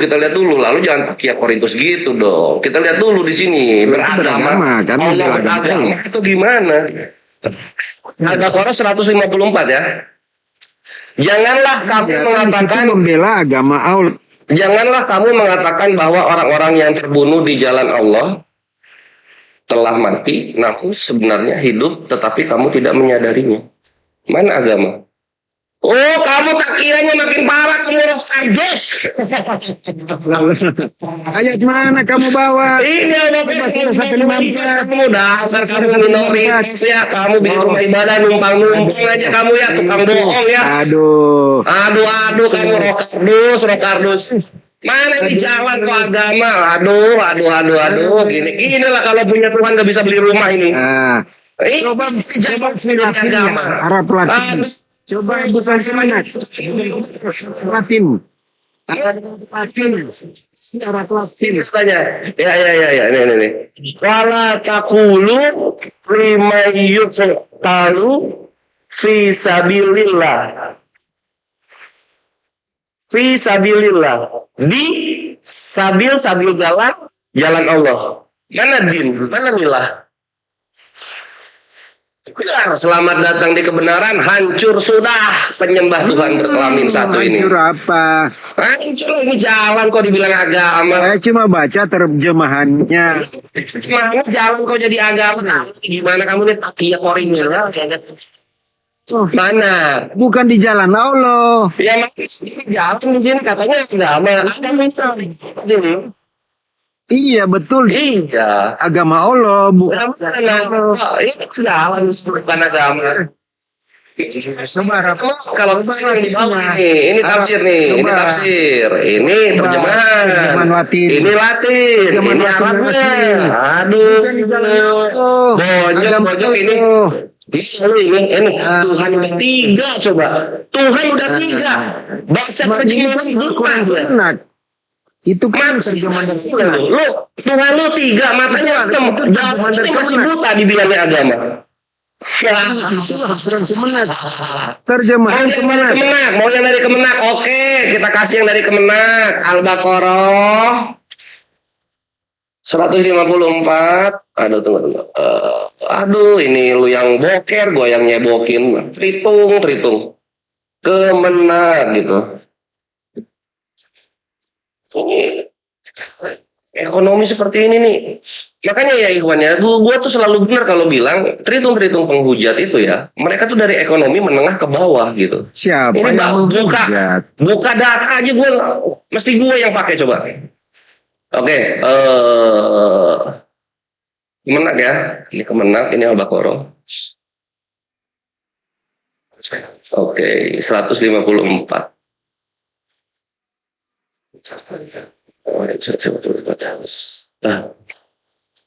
Aduh, scrollnya capek banget ini. Gak apa-apa lah ya, demi korban penebus salah terjemahan. Kita putarnya terusnya 90, 96, 100, 113, 114, 118, 120, 122, 25, 27, 29, 31, 33. Tuh banyak banget. Cut. Nah, ini Kemenak nih. Kemenak nih ya. Ini Kemenak nih. Kemenak Al-Baqarah 154. Wala taqulu lima yuqtalu fi sabilillah. Janganlah kamu mengatakan bahwa orang-orang yang terbunuh di jalan Allah. Roh kardus lu bonyok lagi. ada di jalan Allah itu. Ini udah Kemenak ini. Kemenak. Kenapa di sini saya kan dapat dari Google. Nah, lu dapat dari Tritung, tapi lu salah copy itu. Nah, itu kan di agama Allah, membela agama Allah, bukan ini jalan di sini. Kenapa